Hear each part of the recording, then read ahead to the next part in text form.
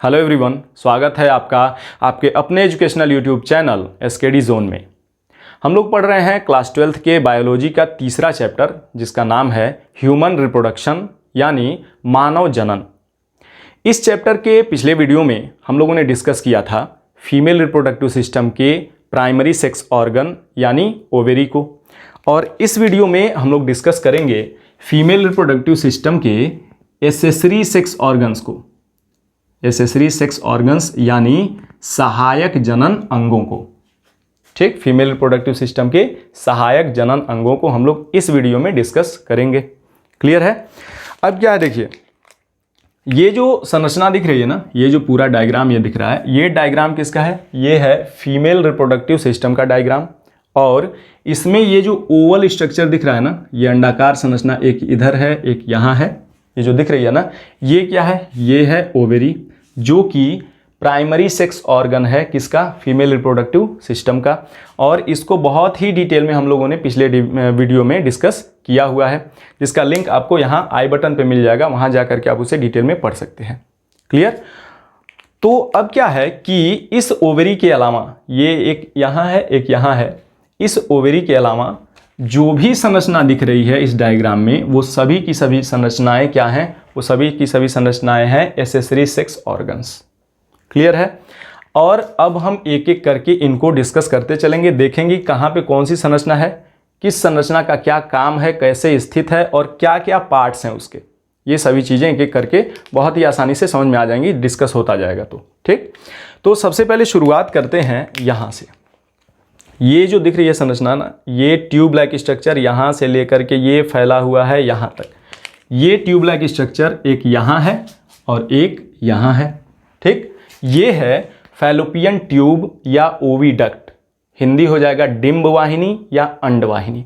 ठीक, तो पहले शुरुआत यहीं से करते हैं, इसी को डिस्कस करते हैं। तो किसको डिस्कस करना है? फैलोपियन ट्यूब्स को, यानी डिंब वाहिनी को।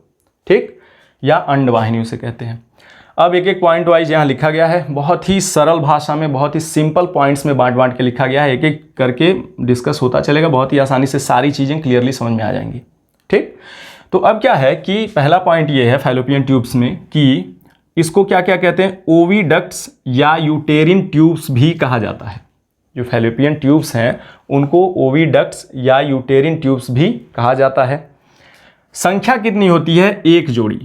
एक जोड़ी देख भी सकते हैं ना कि एक इधर है और एक उधर है ना, एक जोड़ी होती है, यानी कि सीधा सा कह सकते हैं 2। क्लियर? लंबाई क्या है? देखिए लंबाई प्रत्येक फैलोपियन ट्यूब यहाँ से शुरू हो रहा है और ये यहाँ पे ख़त्म हो रहा है, इधर भी ये यहाँ से शुरू हो रहा है और ये यहाँ पे ख़त्म हो रहा है। तो ये पूरी लंबाई जो इसकी है, इस नलिकाकार भाग की जिसका नाम फैलोपियन ट्यूब, उसकी पूरी लंबाई है लगभग 10 से 12 सेंटीमीटर।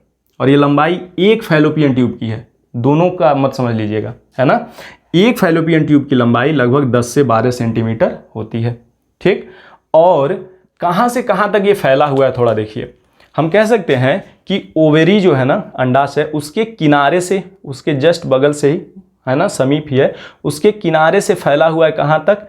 इस संरचना तक। ये जो चौड़ी थैली जैसी संरचना दिख रही है ना, यहाँ तक फैला हुआ है। ये चौड़ी थैली जैसी संरचना क्या है? ये है यूटेरस यानी गर्भाशय। तो हम सीधा सा क्या कह सकते हैं कि ओवेरी के किनारे से शुरू होकर के और यहाँ तक यूटेरस तक ये फैला होता है। तो अगला पॉइंट वही लिखा गया है कि जो प्रत्येक फैलोपियन ट्यूब है वो प्रत्येक ओवेरी के पेरिफेरी से, पेरिफेरी का मतलब होता है किनारा। ठीक, तो प्रत्येक ओवेरी के पेरिफेरी यानी किनारे से या परिधि से यूटेरस तक फैला होता है। सिंपल है, स्ट्रक्चर देख के समझ सकते हैं, यहाँ से लेकर के यहाँ तक, है ना। यहाँ तक समझ में आया? अब आगे थोड़ा बढ़ते हैं। अब क्या है कि ये देख रहे हैं आप कि ये ट्यूब सब जगह यहाँ से लेकर के यहाँ तक जो फैला है, तो चारों तरफ इसकी संरचना एक जैसी नहीं है।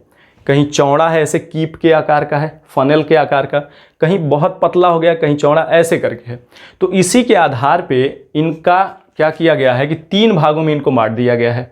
हम ये कह सकते हैं कि प्रत्येक फैलोपियन ट्यूब में 3 भाग होते हैं, या कह सकते हैं प्रत्येक फैलोपियन ट्यूब 3 भागों में बटा होता है। कौन कौन से वो भाग होते हैं? तो पहला भाग होता है इनफंडिबुलम, इनफंडिबुलम, दूसरा भाग होता है एम्पुला और तीसरा भाग होता है इस्थमस। 3 भाग होते हैं प्रत्येक फॉलोपियन ट्यूब के। ठीक, शुरुआत करते हैं कहाँ कौन स्थित होता है। शुरुआत करते हैं यहाँ से शुरू करेंगे, यहाँ तक एंड करेंगे। ठीक, तो देखिए जो ये कीप जैसा ऐसे स्ट्रक्चर दिख रहा है ना, ऐसे कीप जैसा, ऐसे मुंह खुला हुआ है, कीप जैसा या फनेल जैसा, उसी को कहते हैं इनफंडिबुलम। इनफंडिबुलम इंडिकेट कर देते हैं, यानी कि ये जो कीप जैसा स्ट्रक्चर है ना, ये है इनफंडिबुलम। ठीक, और इसको डिस्क्राइब करना हो तो क्या कह सकते हैं हम कह सकते हैं कि फैलोपियन ट्यूब का वह हिस्सा जो ओवरी के ठीक पास स्थित होता है और कीप के आकार का होता है। ठीक, तो उसको लिख लेते हैं यहाँ पे कि इनफंडिबुलम क्या होता है। फैलोपियन ट्यूब का क्या है, फनेल शेप्ड हिस्सा जो ओवेरी के ठीक पास स्थित होता है उसे कहते हैं इनफंडिबुलम। क्लियर है, ये ऐसे फनेल शेप्ड है, कीप के आकार का है। ठीक, अब कुछ जानकारी इसके बारे में और ले लीजिए। क्या है कि ये जो कीप के आकार का ऐसे हिस्सा है ना, इसके किनारों पे फिंगर लाइक स्ट्रक्चर ऐसे बाहर निकले हुए होते हैं। उसको बना के दिखा देते हैं। जैसे ये किनारा है ना, इसका यहाँ किनारा है और यहाँ भी ऐसे किनारा है, तो इसके किनारों पे फिंगर लाइक स्ट्रक्चर, अंगुली जैसी संरचना ऐसे बाहर की ओर निकली हुई होती हैं। तो इसको बना लेते हैं और क्लियर हो जाएंगी चीज़ें। ये कुछ ऐसे। ठीक, अब समझ में आ रहा होगा कि इसका इनफंडिबुलम का जो किनारा है ना, उसी से ऐसे फिंगर लाइक स्ट्रक्चर ऐसे बाहर निकले हुए हैं। ठीक, इन फिंगर लाइक स्ट्रक्चर को कहते हैं फिम्ब्री। नाम लिख लेते हैं, क्या कहते हैं, फिम्ब्री। फिम्ब्री, फिम्ब्री किसे कहते हैं, ये जो ऐसे उंगली जैसी संरचना ऐसे निकली है यहाँ भी और यहाँ भी, उसी को कहते हैं क्या, फिम्ब्री, जो कि इनफंडिबुलम के किनारों से निकला हुआ है। ठीक, अब देखिए फिम्ब्री, इनका काम क्या होता है समझिए। जो ओवेरी है ना, ओवेरी में ओवम का निर्माण होता है और ओवम जब निर्मित हो जाता है इसमें ओवेरी में, तो ओवम जब बाहर निकलता है ओवेरी से, उस प्रक्रिया को कहते हैं ओव्यूलेशन या अंडोत्सर्ग। तो ओवम जब बाहर निकलता है अंडोत्सर्ग के समय, उसी समय ये फिम्ब्री जो ऐसे उंगली जैसी संरचनाएं है ना, ऐसे उस ओवम को कैच करने का काम करती हैं। ऐसे जैसे मान लीजिए ओवम निकला तो उसको ऐसे कैच करके अपनी तरफ खींचते हुए अंदर की तरफ लेके जाती हैं, अंदर की तरफ लेके जाती हैं। ठीक, तो हम क्या कह सकते हैं, इनका काम क्या हो जाएगा, इनका काम सीधा सा लिख सकते हैं कलेक्शन ऑफ ओवम, है ना, ओवम का संग्रह करती हैं। लिख देते हैं ओवम का संग्रह। ठीक, अब क्या है कि देखिए इनफंडिबुलम के बारे में एक चीज़ और समझ जाइए कि इनफंडिबुलम जो कि ऐसे ओवेरी के किनारे पे ऐसे कीप जैसी संरचना स्थित है ना, उसमें से ऐसे प्रोजेक्शन निकले हुए हैं, उंगली जैसे फिंगर लाइक जो प्रोजेक्शन है निकले हुए हैं, जो कि यह फिम्ब्री। जब ओवम निकलेगा उस ओवेरी से तो ऐसे ये फिम्ब्री इसको कलेक्ट करेंगे ओवम को और अंदर पहुंचाएंगे, इस नली के अंदर पहुंचाएंगे। ठीक, तो जिस छिद्र से वो जाएंगे अंदर ना, एक छिद्र होगा ना, उसी छिद्र से वो अंदर जाएंगे इनफंडिबुलम के बीच में। तो देखिए ऐसे संरचना है, इसको अगर हम ऐसे कर दें तो ठीक ऐसे ही होता है। ये इनफंडिबुलम हो गया और ये किनारे पे फिंगर लाइक स्ट्रक्चर जो ऐसे प्रोजेक्शन निकले हुए हैं फिम्ब्री, वो हो गए, और बीच में इनके छिद्र जो होता है, इनफंडिबुलम के ऐसे बीच में जो छिद्र है उसको कहते हैं ऑस्टियम। यानी कि इनफंडिबुलम को वो दिखेगा नहीं, क्योंकि इसको ऐसे करेंगे, जब ये ऐसे करेंगे ना ऐसे, तब वो दिखेगा। तो कह सकते हैं कि इसके अंदर जो छिद्र होता है उसे कहते हैं ऑस्टियम।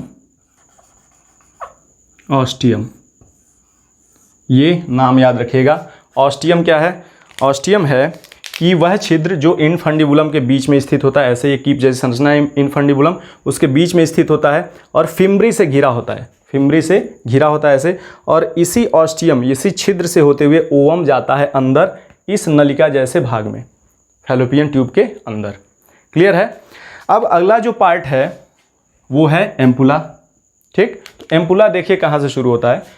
ये कीप जैसी संरचना ऐसे जो है ना, ये यहाँ पे ज्यों ही समाप्त होती है, इस कीप जैसी संरचना के बाद जो ये वाइडर पार्ट है ना, जो चौड़ा भाग है फैलोपियन ट्यूब का, यही है एम्पुला।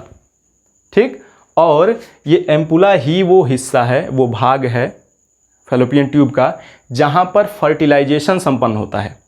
तो ये अक्सर पूछ देता है कि फर्टिलाइजेशन कहाँ संपन्न होता है, तो ये सभी जो संरचनाएं दिख रही हैं ना, उसमें फैलोपियन ट्यूब जो है उसमें संपन्न होता है। और फैलोपियन ट्यूब में भी किस हिस्से में, वो एम्पुला वाले हिस्से में।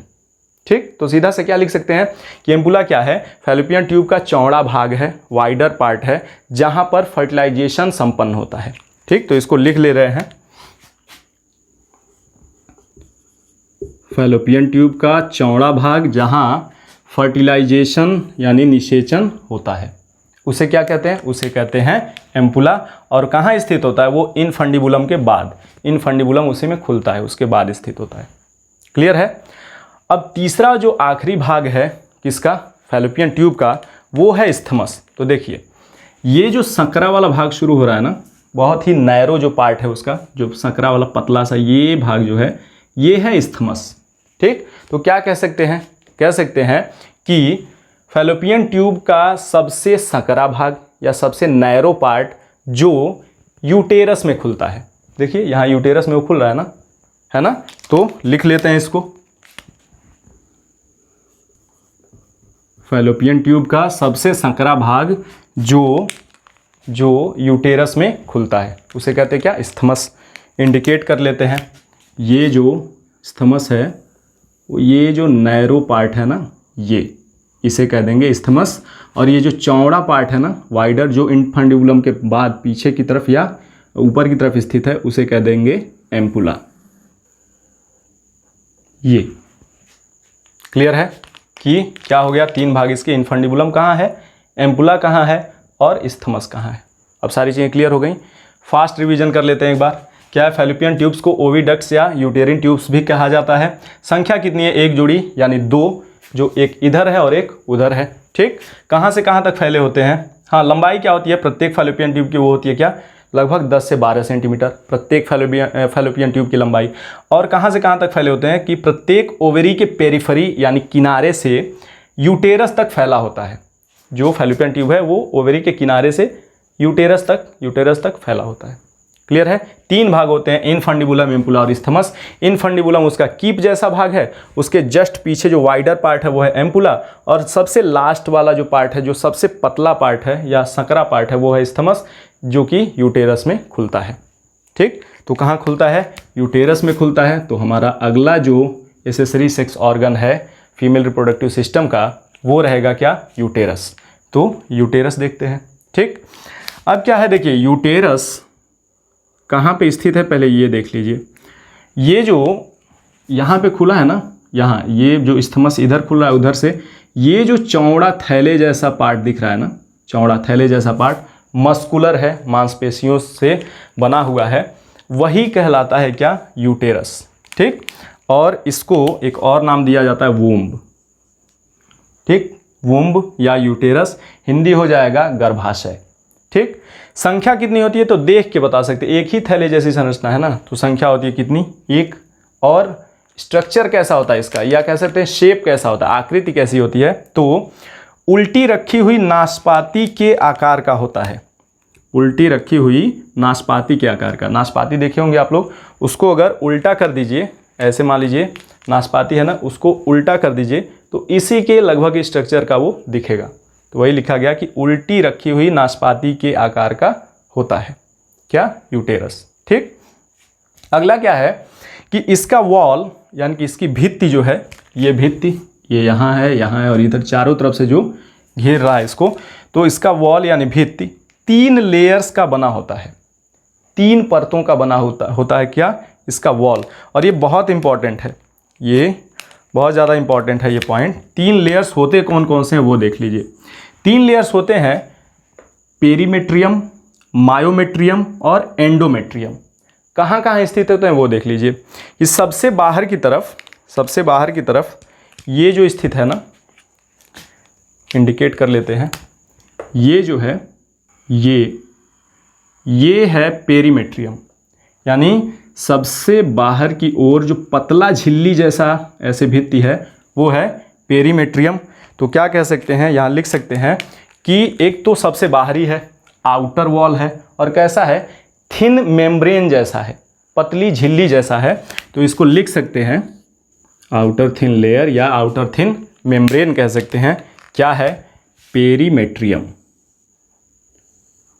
पेरीमेट्रियम जो कि क्या है कि जो वॉल है यूटेरस का वो 3 लेयर्स का बना हुआ है। उसका आउटर लेयर जो है, सबसे बाहरी लेयर, वो है पेरीमेट्रियम, जो कि कैसा है, बहुत ही थिन है, ठीक, बहुत ही पतला झिल्ली नुमा है। देख सकते हैं आप यहाँ, ये ऐसे जो आया है ना, ये जो पूरा ये है पेरीमेट्रियम, ठीक।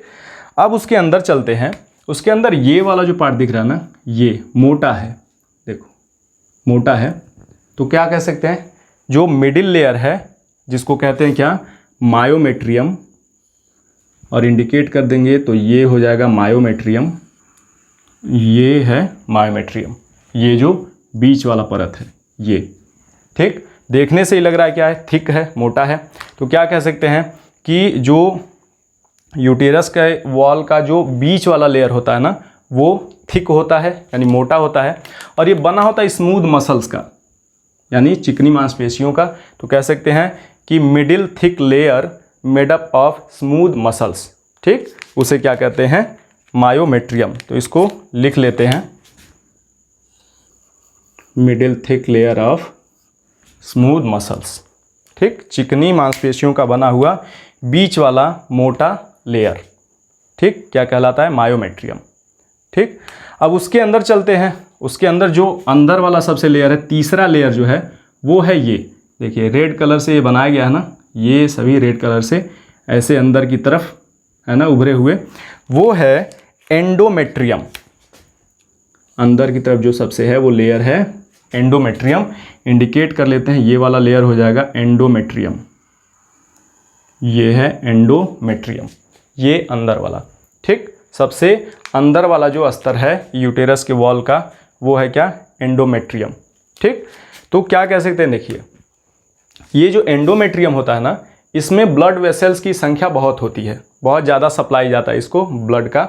और दूसरा क्या है कि ग्लैंड्स की भी संख्या इसमें होती है, ग्लैंड्स भी पाए जाते हैं। तो हम लोग क्या कह सकते हैं इसके लिए, एंडोमेट्रियम जो है इसके लिए लिख सकते हैं कि ये हाईली वैस्कुलर और ग्लैंडुलर होता है, मतलब ग्लैंड्स और वेसल्स अधिक पाए जाते हैं इसमें। सीधा सा लिख देते हैं, हाईली वैस्कुलर एंड ग्लैंडुलर, ये होता है एंडोमेट्रियम। हाईली वैस्कुलर का मतलब सिंपल सा है कि ब्लड वेसल्स की संख्या अधिक पाई जाती है इस एंडोमेट्रियम वाले अस्तर में, इधर अंदर। और ग्लैंडुलर का मतलब कि ग्लैंड्स पाए जाते हैं, ठीक, इसमें, ठीक। अब उनका काम क्या होता है वो हम लोग अभी आगे देखेंगे, ठीक। तो ये 3 लेयर्स थे किसके, यूटेरस के वॉल के। बाहरी वाला पेरीमेट्रियम बहुत ही पतला थिन मेम्ब्रेनस लेयर है। बीच वाला है थिक है मायोमेट्रियम, जो कि थिक किससे बना हुआ है, स्मूथ मसल से, चिकनी मांसपेशियों से। और जो अंदर वाला है वो भी थोड़ा सा अपेक्षाकृत मोटा ही है इसकी तुलना में, पेरीमेट्रियम की तुलना में। और उसकी खासियत क्या है कि उसमें हाईली वैस्कुलर वो है और ग्लैंडुलर है, यानी बहुत ज़्यादा वेसल्स पाए जाते हैं, ब्लड वेसल्स और ग्लैंड्स पाए जाते हैं। क्लियर। अब इन दोनों का काम थोड़ा देख लेते हैं, मायोमेट्रियम एंडोमेट्रियम का। देखिए मायोमेट्रियम जो है ना, अब इसको समझने के लिए समझिए कि यूटेरस के अंदर काम क्या होता है। जैसे यहाँ पे फैलोपियन ट्यूब का अगर काम कहें तो फर्टिलाइजेशन होता है फैलोपियन ट्यूब में, क्योंकि फर्टिलाइजेशन एम्पुला वाले भाग में हो रहा है। तो एम्पुला वास्तव में फैलोपियन ट्यूब का ही तो पार्ट है ना। तो फर्टिलाइजेशन होता है इस फैलोपियन ट्यूब में, फिर से वो फर्टिलाइजेशन के बाद जब जाइगोट बन जाता है तो इधर मूव करते हुए यहाँ आता है यूटेरस में। और जो फर्दर डेवलपमेंट होता है एम्ब्रियो का, या कह सकते हैं शिशु का जो पूरा विकास होता है ना, वो इसी यूटेरस के अंदर होता है। तो पहले तो यूटेरस का काम समझ लीजिए क्या है, एक ही काम है सबसे महत्वपूर्ण, क्या है कि डेवलपमेंट ऑफ फीटस, या कह सकते हैं कि शिशु का विकास किसके अंदर होता है, यूटेरस के अंदर होता है। क्लियर। और जब विकास हो जाता है तो विकसित जो फीटस है या विकसित जो शिशु है वो जन्म लेगा बाहर, ठीक, बर्थ होगा उसका। तो बर्थ के समय इस मायोमेट्रियम की दीवार में, या कह सकते हैं इस स्मूथ मसल्स में, मायोमेट्रियम का जो स्मूथ मसल्स हैं इनमें बहुत ही ज़्यादा कॉन्ट्रैक्शन होता है, बार बार संकुचन होता है, जिसके फलस्वरूप बर्थ पॉसिबल हो पाता है। ठीक। और जो अंदर की तरफ जो लेयर है एंडोमेट्रियम, वो उसका काम क्या होता है कि देखिए वैस्कुलर और ग्लैंडुलर होता है, ये तो है ही, लेकिन इसके अंदर हर महीने जब मेंस्ट्रुअल साइकिल स्टार्ट होता है ना, जिस फीमेल में मेंस्ट्रुअल साइकिल स्टार्ट हो जाता है, तो हर महीने इस एंडोमेट्रियम की दीवार में इस कह सकते परत में या लेयर में साइक्लिक चेंजेस देखने को मिलते हैं। चक्रीय परिवर्तन होता रहता है हर महीने। वो परिवर्तन क्या होता है, कैसे होता है, वो हम लोग समझेंगे डिटेल में जब मेंस्ट्रुअल साइकिल देखेंगे। ठीक, तो ये दोनों का काम है। मायोमेट्रियम में क्या होता है, कॉन्ट्रैक्शन होता है तो बर्थ पॉसिबल हो पाता है, और एंडोमेट्रियम में हर मेंस्ट्रुअल साइकिल के समय साइक्लिक चेंजेस देखने को मिलते हैं। क्या होता है वो चेंजेस, वो हम लोग देखेंगे। ठीक, तो ये रहा यूटेरस यानी वूम्ब जिसे कहते हैं। फास्ट रिवीजन, संख्या कितनी होती, एक, उल्टी रखी हुई नाशपाती के आकार का होता है, 3 लेयर का बना हुआ होता है इसका वॉल। बाहरी वॉल क्या है, पेरीमेट्रियम, बीच का मायोमेट्रियम और अंदर का एंडोमेट्रियम। ये है यूटेरस पूरा ये। ठीक, अब क्या है कि यूटेरस का जो निचला हिस्सा होता है ना, उसे कहते हैं सर्विक्स। यानी ये जो इतना हिस्सा है, ये यहाँ से लेकर के और यहाँ तक, ये है सर्विक्स। सर्विक्स या गर्भाशय ग्रीवा कहते हैं। ठीक, ये निचला भाग है किसका, गर्भाशय का यानी यूटेरस का। अब देखिए यहाँ से, देखिए ये इतना है, इतना ये जो है ना, ये है सर्विक्स। इसके, ये पूरा सर्विक्स है, इसके बीच में देख रहे हैं ये कैविटी देखने को मिल रही है, एक खाली जगह या गुहा कह सकते हैं देखने को मिल रही है। इस कैविटी को कहते हैं, ये जो कैविटी है ना, इसे कहते हैं सर्वाइकल कैनाल। सर्वाइकल कैनाल यानी ग्रीवा नाल। ठीक, अब क्या है, ये जो सर्विक्स है ना, ये सर्विक्स जो निचला हिस्सा है किसका, यूटेरस का, ये एक ट्यूब लाइक स्ट्रक्चर में खुलता है। देख रहे हैं ना, ये सर्विक्स जो है एक ट्यूब जैसी संरचना है, यहाँ पे पतली सी ट्यूब जैसी संरचना जो मस्कुलर है। तो सीधा सा कह सकते हैं कि सर्विक्स नीचे की ओर एक मस्कुलर ट्यूब लाइक स्ट्रक्चर में खुलता है, और उस मस्कुलर ट्यूब जैसे स्ट्रक्चर का नाम है वजाइना। वजाइना यानी योनि। ठीक, अब क्या है कि ये सर्वाइकल कैनाल और वजाइना, ये दोनों मिलकर के निर्माण करते हैं बर्थ कैनाल का। बर्थ कैनाल का, और यही बर्थ कैनाल ये है क्या, देखिए ये बर्थ कैनाल क्या है ना, कि ये अभी बताया गया कि सर्वाइकल कैनाल जो है और ये वजाइना, ये दोनों मिलकर के बनाते हैं बर्थ कैनाल। और बर्थ कैनाल का सीधा सा मतलब एक ही है कि बर्थ के समय, जब शिशु का जन्म हो रहा होता है, तो उसके जन्म या बर्थ के समय इसी रास्ते से, इसी कैनाल से, यानी कि इसी ट्यूब से होते हुए वो बाहर आता है। ठीक, जो कि किससे मिलके बना होता है, सर्वाइकल कैनाल और वजाइना से। क्लियर है। अब क्या है कि ये जो वजाइना है ना, ये बाहर की ओर एक छिद्र द्वारा खुलता है। ये यहाँ एक छिद्र द्वारा खुलता है जिसको कहते हैं वजाइनल ओपनिंग। ठीक, और वजाइनल ओपनिंग के ऊपर एक पतली सी झिल्लीनुमा संरचना स्थित होती है। पतली सी झिल्लीनुमा संरचना, थिन मेम्ब्रेनस स्ट्रक्चर प्रेजेंट होता है वजाइनल ओपनिंग के ऊपर, जो वजाइनल ओपनिंग को पार्शियली कवर करता है, मतलब आंशिक रूप से उसको कवर करता है वजाइनल ओपनिंग को। और इस झिल्लीनुमा या मेम्ब्रेन लाइक स्ट्रक्चर का नाम है हाइमेन। हाइमेन जो कि ये पतला मेम्ब्रेनस स्ट्रक्चर है, वजाइनल ओपनिंग को पार्शियली कवर किए हुए है। ये हाइमेन फीमेल के फर्स्ट इंटरकोर्स के समय रप्चर कर जाता है, यानी टूट जाता है। लेकिन ये हाइमेन रप्चर कर सकता है स्पोर्ट्स के कारण भी, और कुछ हैवी फिजिकल वर्क करते हुए भी ये हाइमेन रप्चर कर सकता है। क्लियर। तो अब तक हम लोगों ने जो पढ़ा वो थोड़ा देख लेते हैं। फैलोपियन ट्यूब्स को पढ़ लिया, यूटेरस को पढ़ लिया, और इसके साथ ही साथ इन सभी संरचनाओं को भी देख लिया कि सर्वाइकल कैनाल, वजाइना और बर्थ कैनाल, हाइमेन, ये सब क्या होते हैं। ठीक, एक स्क्रीनशॉट ले लीजिए। तो अब अगले वीडियो में हम लोग डिस्कस करेंगे एक्सटर्नल जेनाइटेलिया को और मेमरी ग्लैंड्स को। तो इस वीडियो में फ़िलहाल यहीं तक, मिलते हैं अगले वीडियो में कुछ नए टॉपिक्स के साथ।